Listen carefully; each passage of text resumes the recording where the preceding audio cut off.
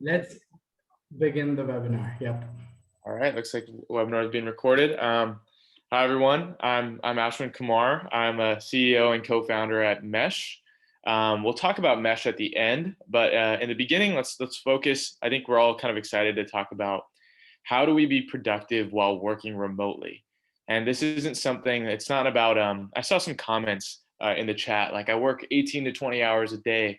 Well, you could theoretically consider that as being productive in the short term, but when I'm talking about how to be productive while working remotely, I want us to take like a long-term point of view, because and that's going to be like a constant theme that comes up in this conversation. It's really, really easy.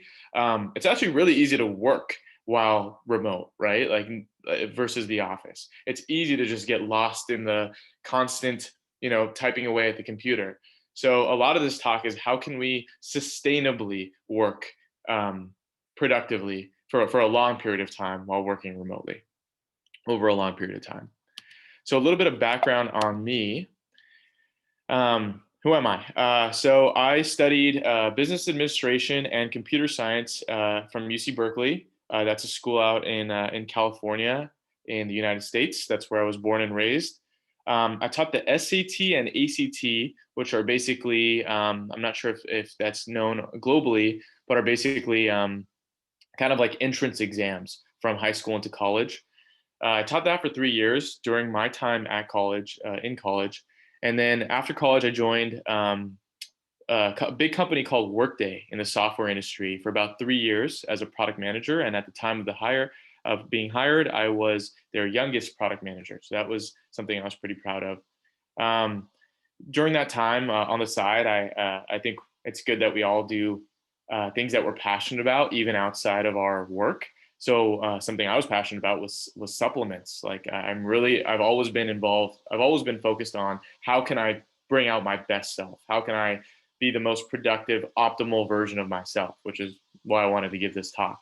And part of that was like, what do I put into my body? Which we'll talk about in a little bit. So that kind of inspired me to blend my passion for entrepreneurship with something I was passionate about in terms of supplements, and I started like a supplement company with who is now my co-founder of Mesh. We've since dissolved that supplement company so that we can focus on Mesh because we're really, really excited about it.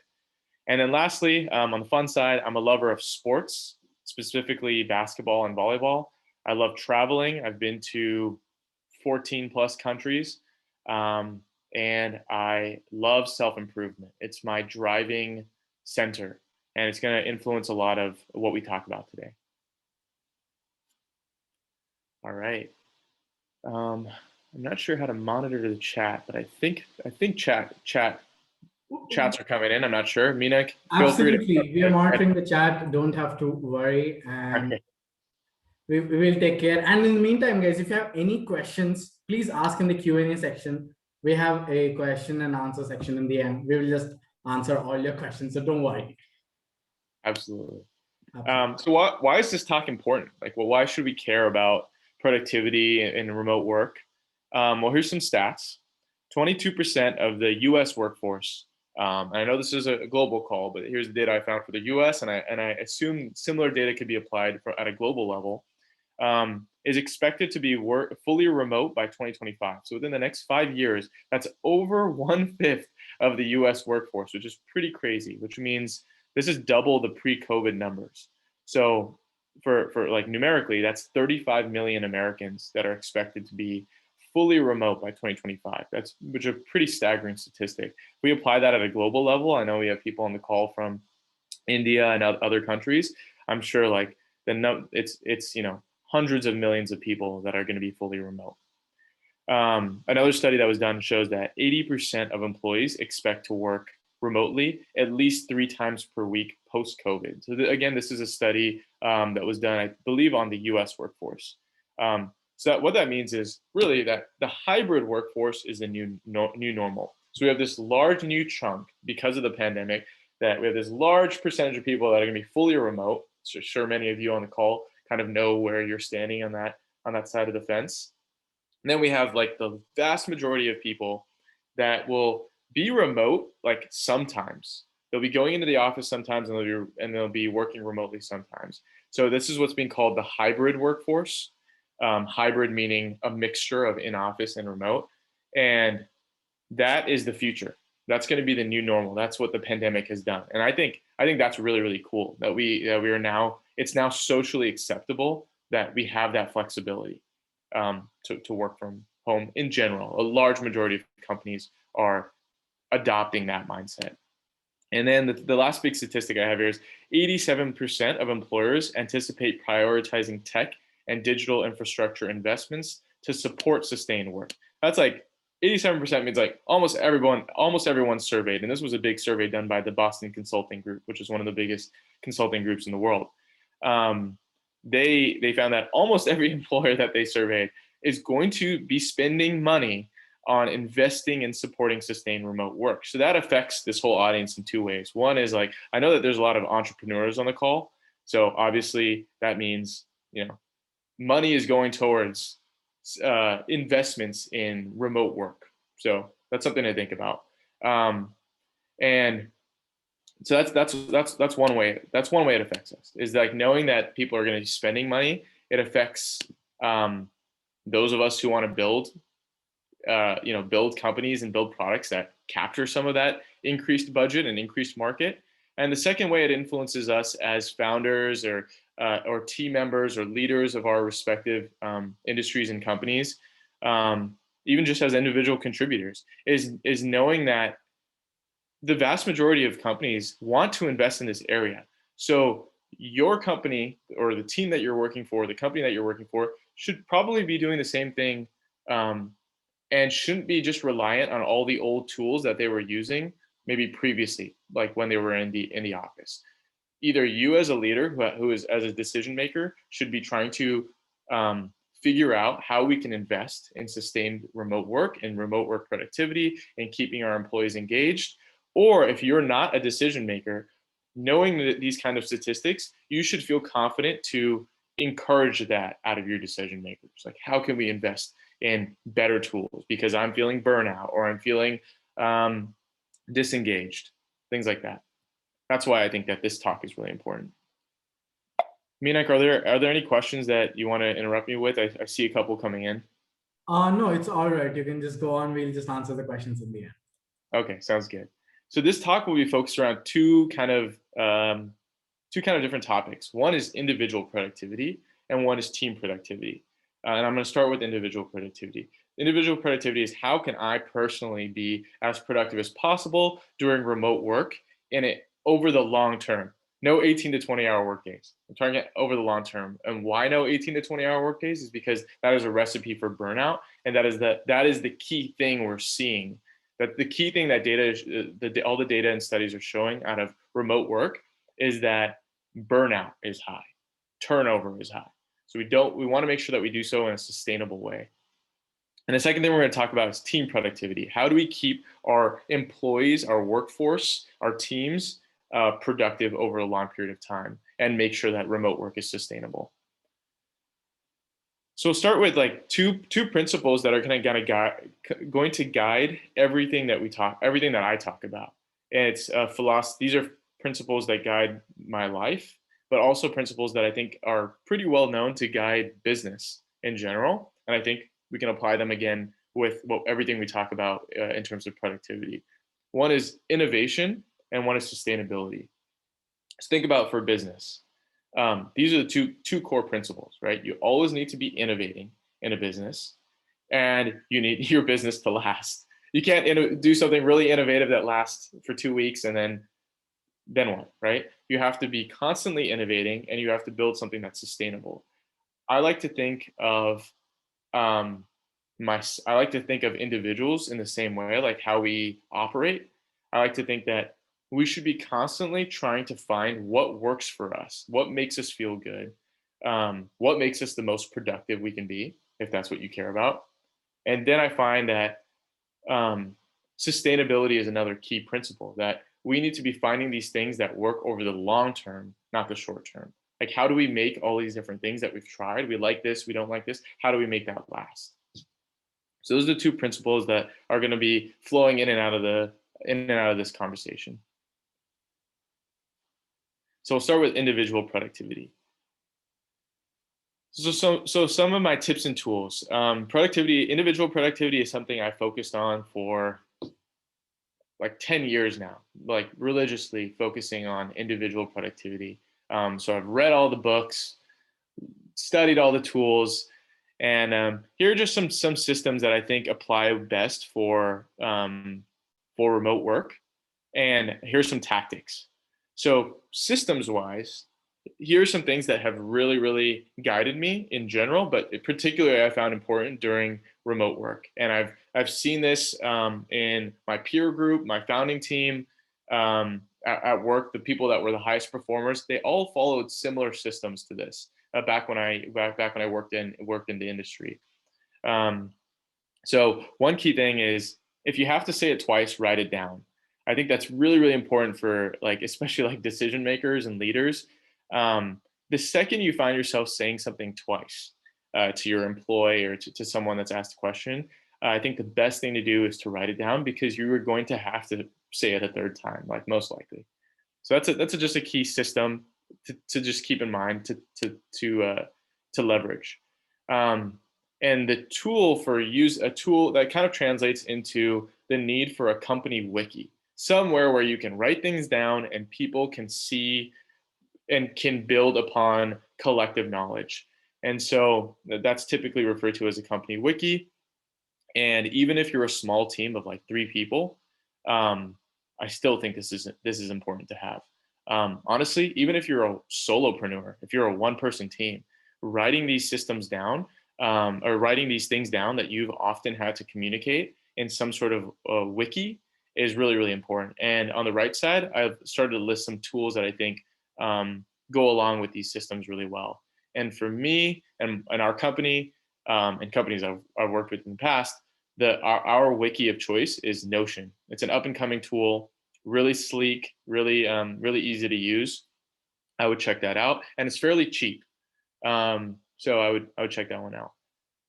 Another system that has probably made the biggest difference in productivity overall, and like a reduction in stress, honestly, is OBT. I call it OBT, but it stands for one big thing. So every day when I start my day, and I know a lot of people that follow this, there's a great book called The One Thing. It's not called The One Big Thing, but it's called The One Thing, that has a lot of that preaches the same philosophy. It's starting your day with the one thing that, if you accomplish that one thing today, and it may not be like you complete it, it may just be like, I work on my business plan for 2 hours. That could be the one big thing. If you accomplish that one thing, you will have moved the needle forward. Like you will actually have moved the needle forward for the day. And everything else could go wrong that day. There could be fires for you to put out, but you feel good that you had a productive day because you finished that one big thing. That mindset for me of change took me from like thinking I'm doing 100 different things a day and thinking like, oh, I'm constantly working, I'm so busy. And then realizing like, well, I did 100 things, I'm super stressed, but like the needle for the business didn't actually move that much. Why is that? So that philosophy of starting the day off, writing it down, this is the one big thing I want to accomplish today, and then blocking that time off in your calendar, that has been like a crucial game-changing system for my productivity.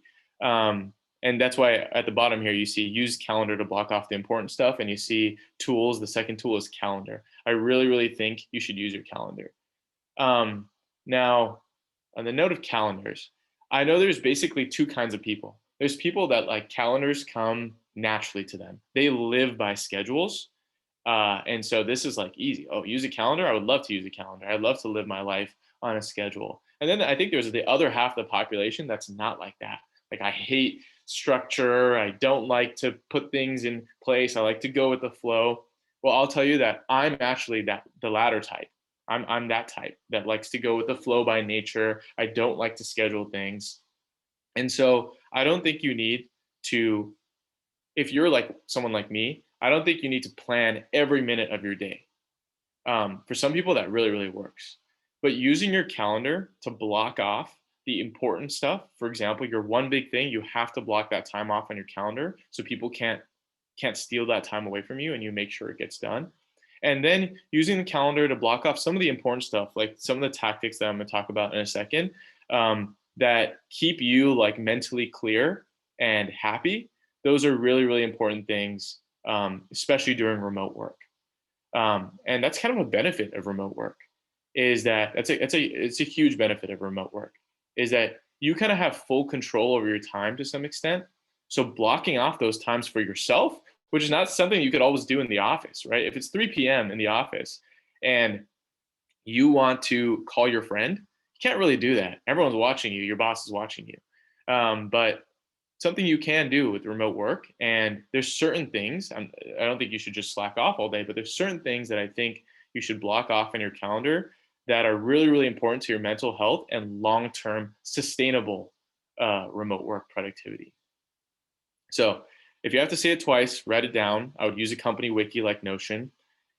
Write down your one big thing every day. Again, you can use Notion for this to put it like right on your dashboard. What is your one big thing you want to accomplish today? And using your calendar to block off that time. And then the last system I would want to talk about is the GTD system. Some of you may have heard of this before. It's pretty prominent in Silicon Valley, especially for founders and leaders. It's called the Getting Things Done system. And I listed the book here on the right side, Getting Things Done by David Allen. That system basically teaches you how to take in all your inputs to the day, categorize them accordingly, and just tackle them when they need to be tackled. And having that kind of system, for me, really reduced the amount of stress, that feeling of like, oh, there's something I'm not doing. Well, part of the system is this concept of inbox zero, taking in all your emails, all your Slack messages, or chats, whatever's coming in, and actually looking at everything every day, but quickly dispositioning everything into, does it need to be done now? Can it be done tomorrow? Or does it need to be done by me at all? Can I delegate this out to someone?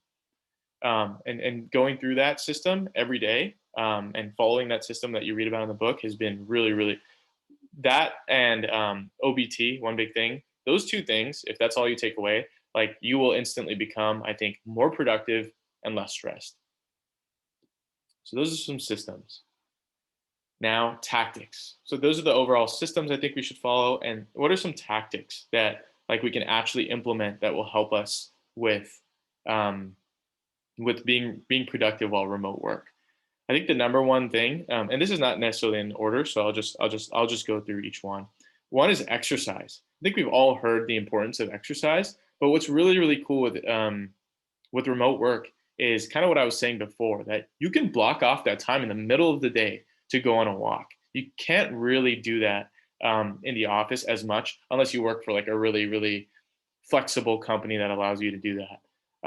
It's harder for sure, but with remote work, it's actually easier if you make it a priority for you. And what exercise does is it boosts your energy. It rushes you with endorphins, and it allows you to like feel better about what you're doing, and it keeps your overall body healthy. So obviously exercise is something that I don't think I need to talk about too much. We know the importance of it. I think my only recommendation there is to use your calendar to block off the time. And now, before I go through the rest of these tactics, I want to remind us of some philosophies that we started out with, which is, remember, everything we talk about is, we have to remember the principles of innovation and sustainability. So what we're trying to do is test these things out. Everything I list here may not work for you, but some of them will. And that's the point, is you have to be constantly iterating, trying these different things, these different tactics and systems out to see what works for you and makes you more optimal in the long term. So keep that in mind. So for example, and that applies at a micro level too. So say, you know exercise is important, and you've been really, really forcing yourself to get up every day and go on a run, but you absolutely hate it. It just doesn't even make your day better. It makes your day worse because you feel like you're forcing yourself. Well, experiment with doing that right before lunch. Experiment with doing it right after lunch. Experiment with doing it in the evening. Find out what works for you, right? So as I take a sip of my coffee, that leads us to our next point, our next tactic, which is caffeine intake. So for those of you on the call who are caffeine averse, you don't drink any coffee, tea, chai, or soda, that's great. And if I could recommend something, I'd probably say don't ever start. Don't ever start, because caffeine is a drug. Once you start, you kind of get addicted to it. And some of the people with the highest energies I know, they don't drink any caffeine at all. So if you can avoid it, I would say avoid caffeine. Now, my point here is not cut out caffeine. My point is, if because this is coming from a person who was consuming at one point like 400 to 500 milligrams of coffee a day. That's like a lot. That's like levels that you could cause yourself heart problems. And this is when I was working, at a software company, pretty long hours. And honestly, I think it would have been more sustainable if I didn't have caffeine at all, and I used some of these other tactics to create a more sustainable energy. What I've transitioned into now is a cup of coffee in the morning, and then no more caffeine for the day. Because the worst thing about caffeine is caffeine consumed after about 2 p.m. Depending when you sleep, caffeine consumed about 10 hours before you sleep is the worst thing you can do, because it disrupts your sleep. And disrupting your sleep becomes this negative cycle that you're like stuck in. You have bags under your eyes, you're always groggy. So it's not caffeine is the problem. It's like when you consume the caffeine generally, and how much you consume is what I found. So monitor caffeine intake. If you find yourself like I was even like a year ago, just 12 p.m. Or 1 p.m. grabbing a cup, 4 p.m. grabbing another cup. Like those are probably negative habits that are reducing your overall productivity because they're affecting your sleep. So whether you know it or not, they are physiologically affecting your sleep. So I would really consider monitoring caffeine intake. And again, that principle of innovation and iteration. Slowly try iterating on caffeine earlier in the day and at different quantities to see what works. And I would overall recommend trying to wean off so that you're not too dependent on it. But I know it's easier said than done. Third thing is meditation and silence. This has been really, really prominent, or in like Western cultures. Meditation has started to come up as like a big thing that's really, really important. Eastern cultures, like the Indian culture, has known this for thousands of years, and it's always been a central part of, I think, Indian culture. Speaking as like an Indian American, I can see both sides. But the universal consensus is meditation is good and it's helpful. Everyone is now on the same page there. And what I found is meditation can actually increase your energy. So if you're trying to replace caffeine, use meditation. Try it out in the afternoon when you're actually feeling tired and stressed. Try meditating, and you might find yourself that you come out of that a little more energetic. A tool for that, if you guys haven't checked it out, is Headspace. It's the most common or the most popular meditation tool, I think, in the App Store. So it makes it really, really easy to get started. 10 minutes a day, highly recommend. It's important to have that like clear self dialogue. Water's the next one. I found it easier to drink water actually in the office than I did while working remotely, because you'll see people moving around in the office and you're like, oh, like maybe let me go over to the break room, let me get some water, let me stretch my legs.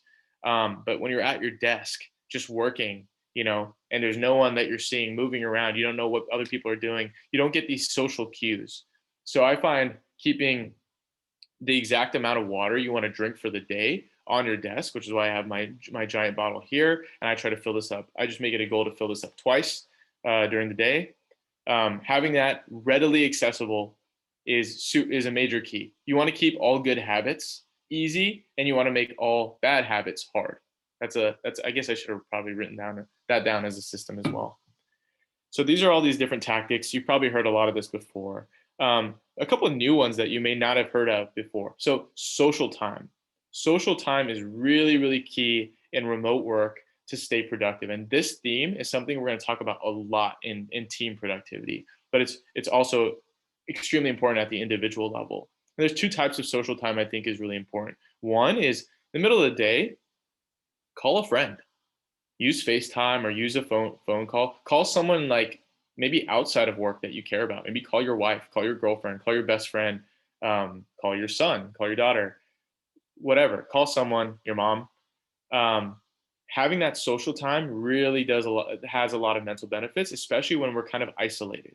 When remote work, we're not in this environment of people moving around, and having that exposure to other people, even through a conversation on the phone, does a lot for human productivity. Social time is major key, and we're going to talk about that a lot more in team productivity. So the tool that I'm biased. I'm the CEO of Mesh. I think Mesh is a key tool for encouraging social time and incorporating social time with your employees, which is why I'll talk about that more in the team productivity part. But social time doesn't have to be with your employees, which is really important. But I think you should also have like your personal social time during the day while working remotely. And then the last tactic is an energy audit. This has been really helpful for me, which is at the end of each day, if you're starting out like with implementing these systems, and then as you start getting more used to these systems, you find yourself being more productive, more happy, less stressed. Still, I would shift that to like a weekly cadence where you perform something called an energy audit. And you sit down with a piece of paper and a pen and you write out, what are all the things like that took my energy for the week?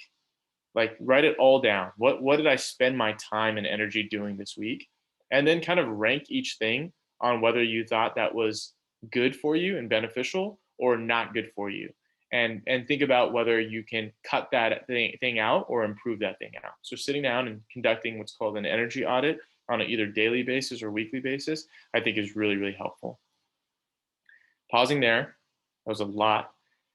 Are there any questions, Mina, that you think would be relevant to bring up right now? Let me look at it. Nope. Abhijit asks, like in my work experience, the greatest problem I've come across is procrastination and fear of failure, which constantly holds me back from being productive. So I would love to know something to tackle this. Procrastination is huge. And I think with remote work, it's almost easier to procrastinate, I think, because you're kind of on your own.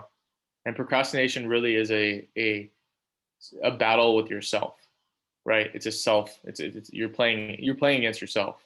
I struggle with procrastination a lot, especially in the past. But I will say a lot of these systems really help. So the one big thing, like think about the thing that you're that you are procrastinating on. And if you're procrastinating on, it's probably because it's important, right? Think about it. It's probably because it's important. And the other thing is like, it may not be that clear exactly what you have to do. Those are two common themes when you're procrastinating on something. I would use the one big thing system, which is put that one big thing on your calendar and don't worry about like finishing it. Just worry about working on it. And in that time slot, maybe you only can afford to put an hour on it each day because you have all these other things that are actually taking away your attention. Fine. I would recommend 2 hours, but put that 1 hour right in as early as possible in the morning and just work on it. Don't put the pressure on yourself of finishing it, but put the pressure on yourself and the discipline to just sit down and say, like, I'm going to only work on this thing. It doesn't matter how much progress I make, but that's what I'm going to do in that 1 hour time slot or 2 hour time slot. And schedule it as early as possible. You want to get your one big thing done as early as possible so that at any point in your day, car could come through your house, fire could start burning, and you would be okay because you had a productive day. That would be my recommendation there. Abhijit, I hope that answers your question about procrastination. And yes, we can continue the webinar. Awesome. So team productivity. This is where I really get excited.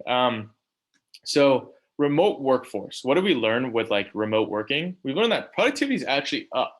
I think for the most part, like you asked a question in the beginning, like how productive are you on the scale of 0 to 100? I think an even more interesting question would be like, how productive are you compared to what you were before? Like if you were in the office before or any time that you were in person before. Most people, like most studies have shown overall productivity, how much like output people are putting out is up actually as a workforce population. But what's also up is burnout. What's down is engagement. And what that leads to is what's concretely, quantitatively up is turnover. So what we're seeing in like this whole pandemic, what it's caused is that turnover is up. People in this remote work environment don't feel, well, there's a lot of factors of what's contributing to this, but I think the biggest factor is that they don't feel connected to their work anymore, the culture of their company and the people that they work with. And that's what's leading to increased turnover. So they're doing a lot more, and then they're leaving their companies a lot quicker. That's what we're seeing. That's the trends that we're seeing in the data for the remote workforce with COVID-19 and everything that it's resulted in. So the key insight for team productivity is that building social connectivity is the key to sustainable and productive remote work. That is a key insight. And it's supported by a lot of like these big studies that have come out. So for example, at the bottom here where you say 3x, Boston Consulting Group did a study with over 12,000 participants.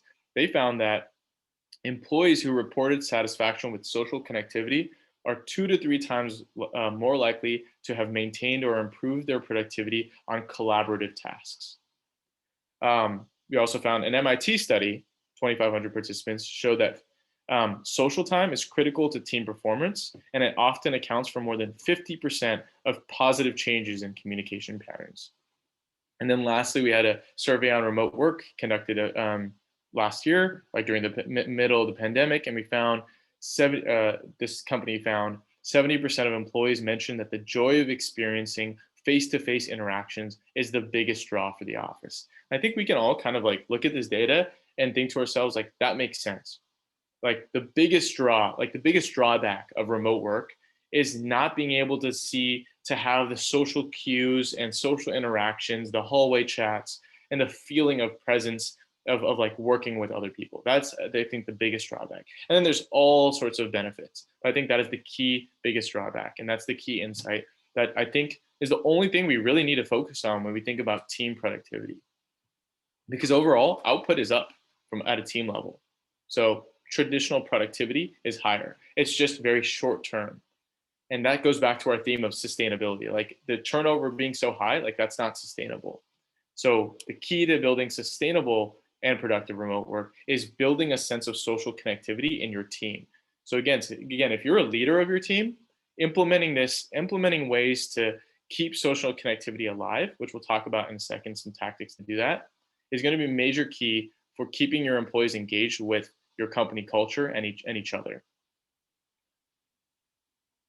And if you're not a decision maker, again, you can be a champion, and bringing this up to your leaders and founders and decision makers that, I'm feeling lonely, I'm feeling disengaged, he's feeling disengaged, I know my buddy, Udit is feeling disengaged. What can we do to build more social connectivity in our group? And here's a quote from that BCG study that this was one of the directors at BCG, that she's saying it will be critical for companies to recreate this connectivity regardless of where employees are located. And here's kind of figure that shows across 3 different countries the amount employees satisfied with social connectivity that also said that they're as productive or more productive than pre-COVID-19. So you can see, like in the US, it's 3 times higher. In Germany, it's about 2 times higher. In India, it's 2.5 times higher. So it's statistically significant that people that are satisfied with social connectivity are also more productive. All right, some tips and tools. So these systems are a little bit more simple. Like that's the key insight for team productivity. It's really just that. If you can keep your remote team, socially connected, then I think you have the optimal situation, because I think remote work has so many benefits, and the biggest drawback is loneliness and isolation and disengagement. That's all kind of one theme. That can all be solved by creating a culture of social connectivity with your remote team. If you can solve that, then you have like a sustainable and strong company culture and a productive company culture that can last for a long time. Systems that I think we should think about, especially like this is obviously area of expertise because I'm building a company that is focused on social connectivity for remote teams. So the systems that the few principles, think about it like this. When possible, choose voice over text, because text can be just, you can spend all day sending out emails, sending out Slacks, and that's what creates the distance. That's what creates the isolation. But hearing someone's voice, as simple as hopping on a quick call with them, or using something like Mesh, where you can just walk over to their virtual desk and instantly be chatting with them. Using voice, having that human connection goes a long, long way. Just hearing someone's voice and being able to quickly have that conversation, it makes you feel connected with them. Second point to that is voice is good, video is even better, because if you can, when you can see, like even seeing me right now, you probably feel more connected to me. And the same thing goes with your teammates. The more often they can see you, the more often they feel, or the better they feel about being connected to you. That's what makes the office so nice, because you can see people. But not always. Like, don't also force your team to have their video on at all time. Like, be just as okay with, like, okay, sometimes, you're having a bad hair day, or, you don't want to make the culture that everyone has to be on their video at all times, because that can also cause burnout. So you want to have this balance of video and voice, and prioritize those things over text. So those are key systems there.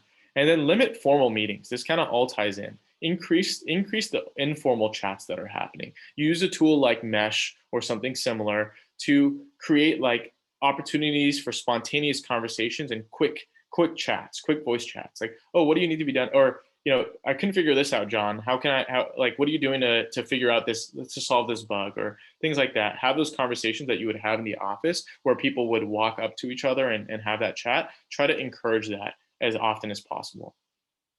So some tactics, and some tactics for this is scheduling fun time.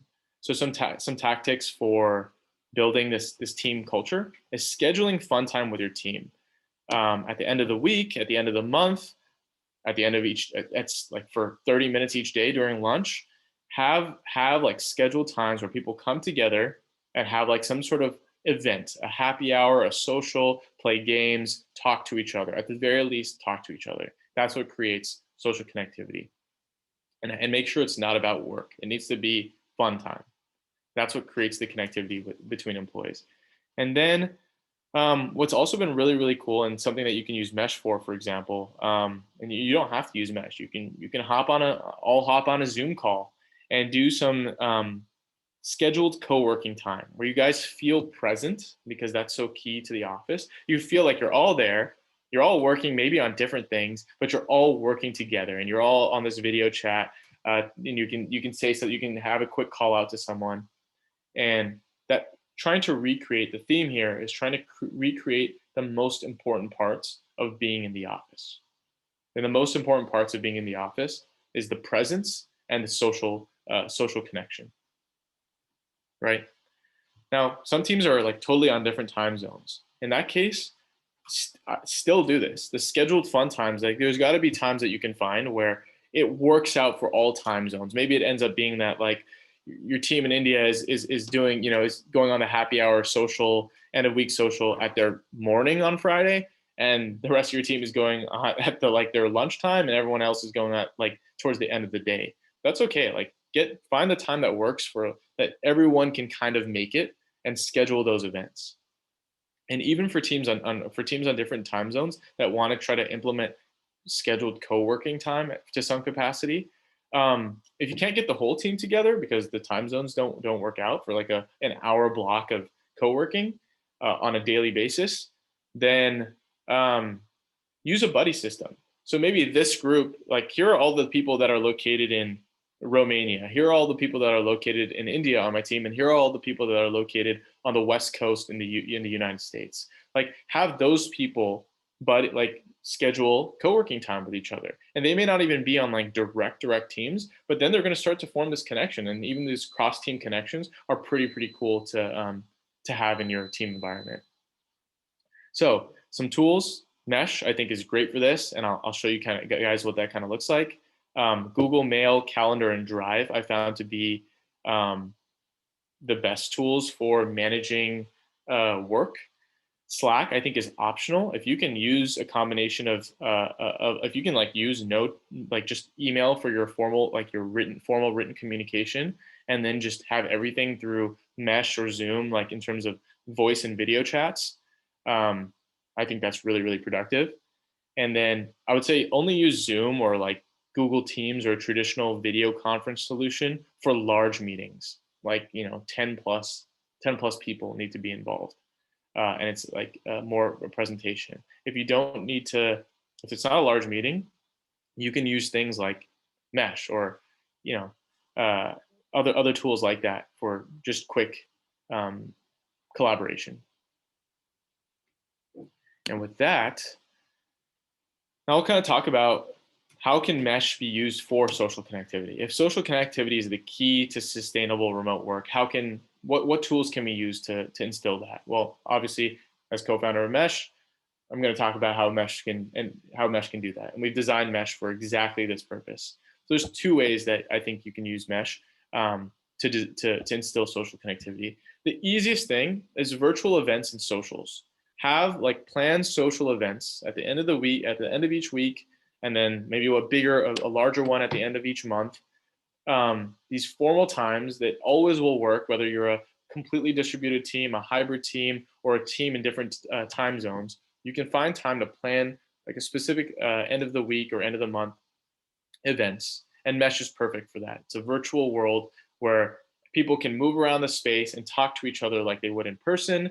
It's fun. There's games involved, and that's a reason it's a perfect platform for that. And I'll kind of show off how it looks for those of you who haven't seen it.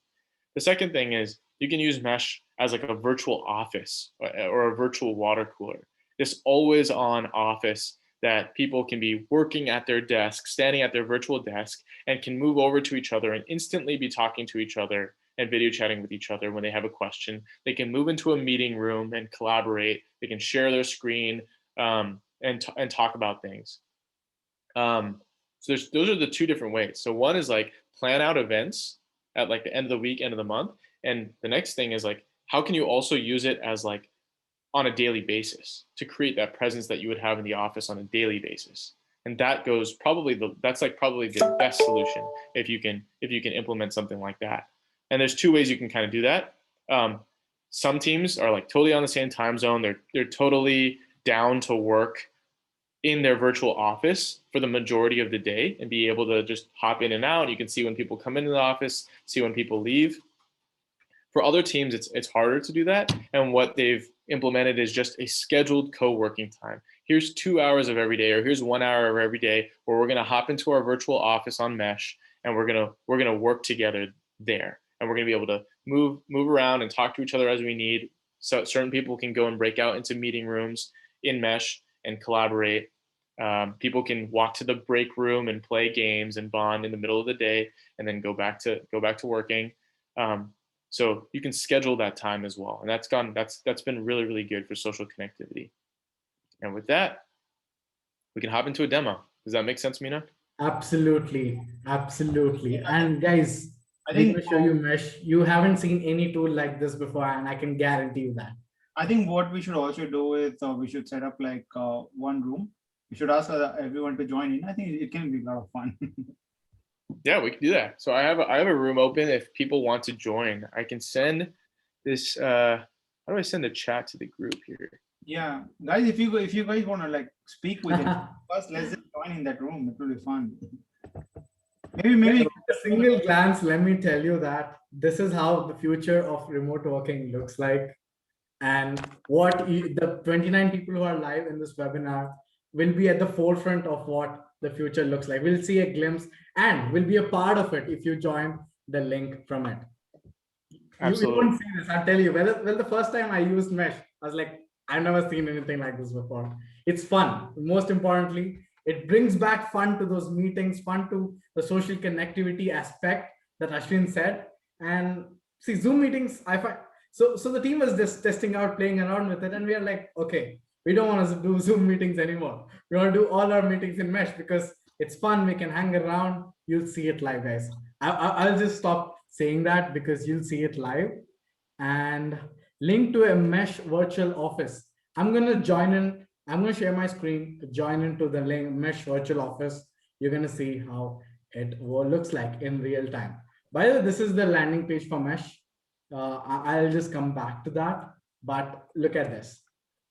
I just copied the same link from the chat, and it's loading. It's a test link. You can also join in, by the way. And it asks my webcam, etc. I'm like, sure. Let me enable it. It's enabled in the Zoom. That's why it's asking me like that. 1 second. Let me just disable my cam in Zoom, and it should be done. Perfect. So I'm going to display my name as Manang, and I can create my avatar. Yep. My hairstyle is not that. There's so many hairstyles to choose from. I just say spacesuit here. I think this is perfectly fine. You can choose whatever you want with it, whatever suits. You know, mesh kind of reminds me of Minecraft. There's definitely similarities. The goal was to create something that's fun, right? The best way to stay socially connected is to have fun with your team. And I just click on enter, and all you can see is I'm just landed. I'm just thrown into this virtual office. I can guarantee you that you never saw anything like this. It's like a map. You can see here that Hassan is already here. I can see. Oh, Nero, what's up? What's going on? How you doing? Doing great, Nero. I think you're connected with me because you're beside me. Yeah. So I actually played around with this a little bit. It's really cool. So the moment you move far away from me, what happens is we disconnect. Yep, now Hassan is also in the chat because Hassan has entered our circle and we can just talk. Hi Hassan, what's up? Again, guys. So Hassan is here. So he went away and then basically, okay. So Ashwin, what you just saw is Ashwin went away, moved away from us, and he got disconnected. So Ashwin, if he comes back to us, what happens is, Ashwin, can you just come near us? Okay, we have apps here.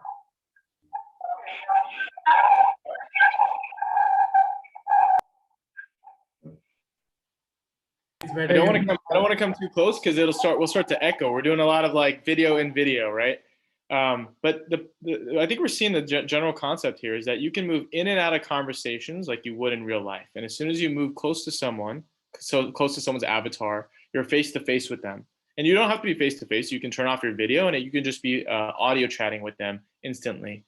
You can be working at your desk in this virtual office, and you can customize this virtual office to be however you want it to look. So we have a builder tool. So far, we've been customizing it on behalf of people, but we have a builder tool coming out on Monday, where this Monday in 3 days, where people can customize their space from scratch. You can create it to look however you want. You can create all the different rooms and all that, all the different desks, or it doesn't have to be a virtual office. You can create like a really cool, fun space for your team for an event or things like that. So the key thing is moving in and out of conversations naturally, like you would in person, and then being able to move into meeting rooms and talk and collaborate, share your screen. These are all things that come built in. And the coolest part is, or another really cool part is being able to play games. So there's lots of games embedded within Mesh. So if you guys go to the right side in the other rooms, you'll see a poker table. You'll see that certain objects, when you click on them, they have games embedded within them. So there's a lot to see and do within Mesh. Guys, This is fun. I mean, so I moved near Nero and Anmol, Venu. We're all connected. So if I move away, Anmol moved away. So it's like, okay, he's not connected anymore. So I'll just go to some other rooms. It's like a game, basically. Yeah. And the goal of the app is to just help you to connect with your virtual team, remote team a little better. And at the same time, add in a bit of fun because we're all like working from home. It just adds a lot of stress. And something like this can just add in a smile to your entire team right away, taking away all their stress. So while we are virtual, this is something that can add that fun, right? And plus, more than that, it's absolutely free. You guys can simply head to Mesh and grab the code for free. There's absolutely $0 cost associated with it right now. So just grab the code and try it out. I'm pretty sure your team is going to love it, because it's a great way to start something different, right? You can probably do such kind of jams and sessions once a week randomly, or if you're bored, just start a channel for yourself and just invite everyone. Done. Just share the link and just start playing around everywhere, right? It's kind of like adding that gamification basically into your workflow. Exactly. And this is something that can be used on a daily basis as well, where people are at their desks and able to like move. Yep. I think it's Minak moving around and connecting to lots of people, which is good. Minak is already networking. So if we want, we can switch back to our presentation and I can just wrap things up. Sure. How does that sound? Perfect. So I'll just stop my screen sharing here. And guys, as you can see here, this is how future events would take place, virtual events. Imagine doing virtual events in this space. Wouldn't that be so amazing?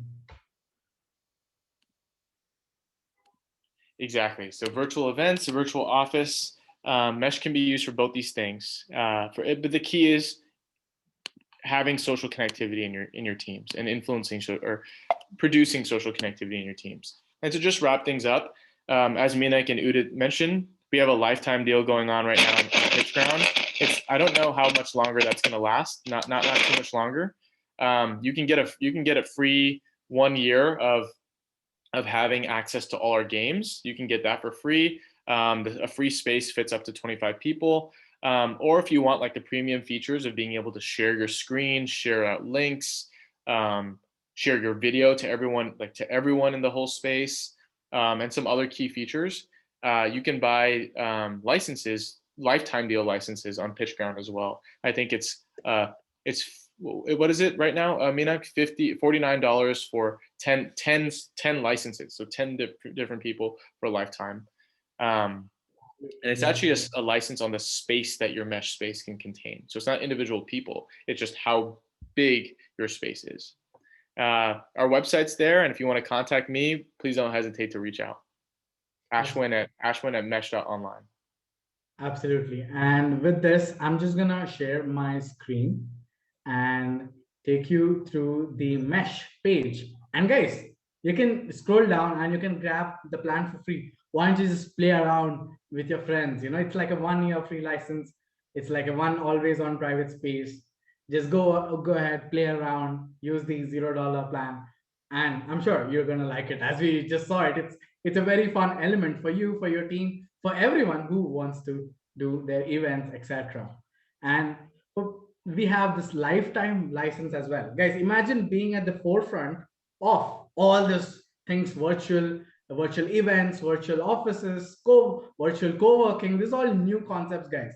And right now you're at the forefront of all of this, because I'm sure you don't have to lie to me. You just type in the chat, tell me this is the first time if you have seen any such product like this ever.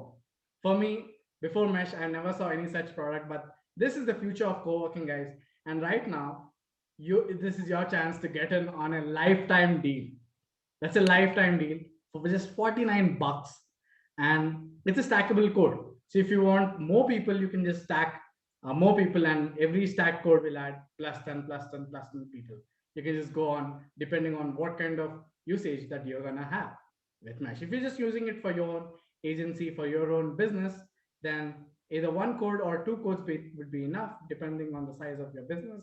But yeah, you can always play around with the $0 code, and then this is the lifetime deal that we have here. So people are asking, recording will be available. Yes, recordings would be available at events.pitchground.com. Allow us 24 hours. Until then, you can check out all our previous replays here. Everything is up to date, updated, and this will be updated in just a few hours. It'll be less than 24 hours, guys. Don't worry, but you want to check out all our previous webinars. They're amazing. And so, I think let's just take up some of the pending questions so that we can ensure that we wrap up on time. Sure. Okay, so there is a question coming in from, let's start with an anonymous question coming in. That's from Tanvi, by the way. Okay, perfect. So there is a question coming in from Tanvi. Tanvi is asking, I have a question for Ashwin. Like he's mentioned, 22% of the jobs will be permanently work from home. Is it not a good choice to pursue a master's in US? Because with more remote jobs, US employers might as well would want to outsource jobs to Indian companies. It's a really good question. I don't know if I'm fully qualified to answer that question. But I will say I have seen an uptick in outsourcing to other countries. That is for sure. There's definitely, the pandemic has definitely caused that. And you have a good point. Like principally, from a first principles perspective, if you don't need people to come out into the office, then location kind of ceases to matter as much. As long as the communication skills are just as strong and the product, output is just as high, I think we're going to see a big shift. And I'm sure there's already data to show there's a increasing shift for the US outsourcing work to other countries. I think that's a very good point. Now, whether you should get a master's or in the USA or not, I don't think I'm qualified to say. But I think I would just like to add to it, though I would not call myself qualified, but this is more like a suggestion that I wouldn't just go to US to get a master's degree to just get a job, right? I would, if you really want to learn, I would say that's when you go and pursue your dreams in that specific university where you want to get qualified from, where you want to learn from. That should be the main goal, because ultimately there would always be an option for the end employees to join in, not remotely join into that particular company. So for example, Facebook gives an option that whether you want to work remotely, then you can. If you want to work from the office, you can.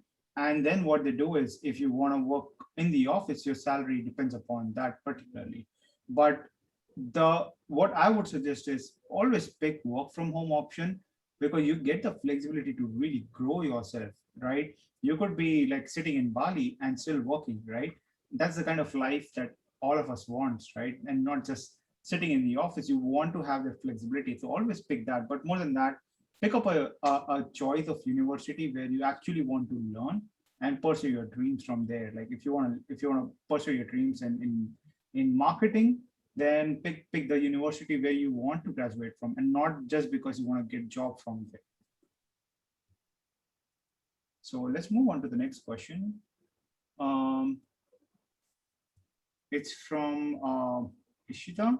Ishita is asking, so the team I made was with people from Gen Z, and there seems to be some enchantment in them regarding verbal communication.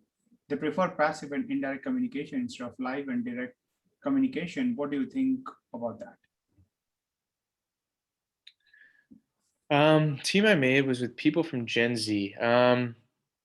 It's possible. I mean, Gen Z is the generation of, I'm not that far removed from Gen Z. My younger siblings and cousins are Gen Z. They're the generation of TikTok.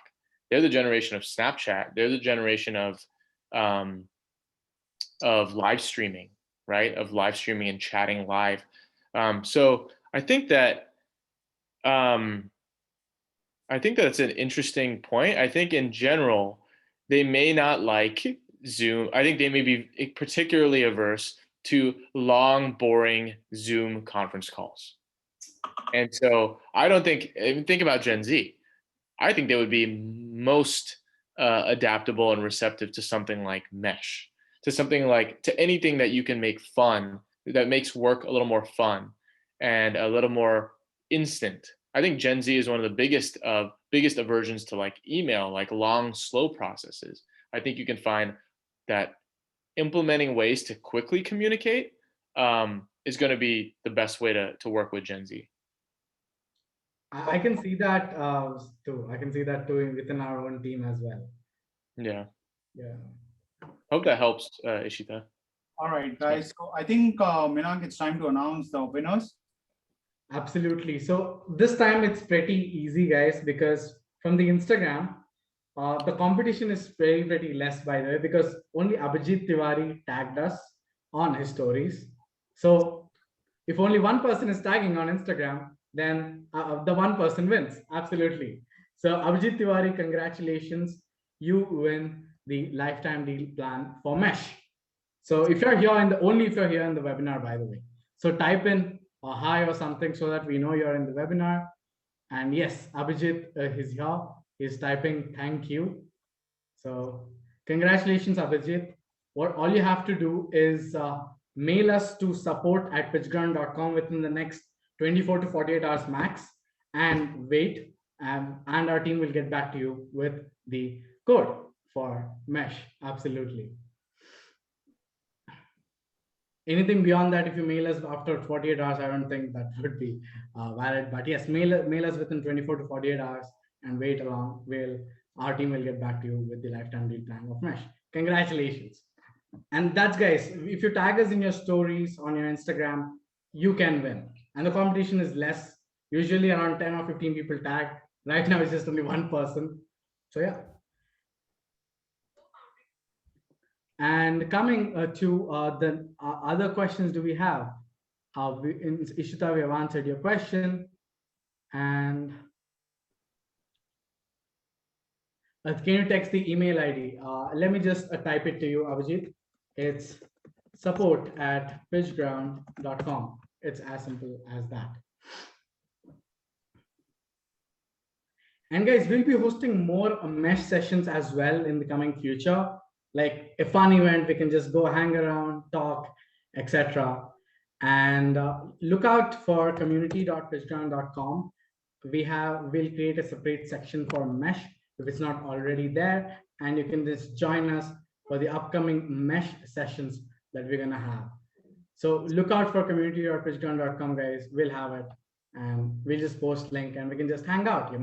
It's fun. That's all. Awesome. So yeah, awesome. And guys, if you have any more productivity questions, I can see many of you are still live in the webinar. The replay would be there, of course.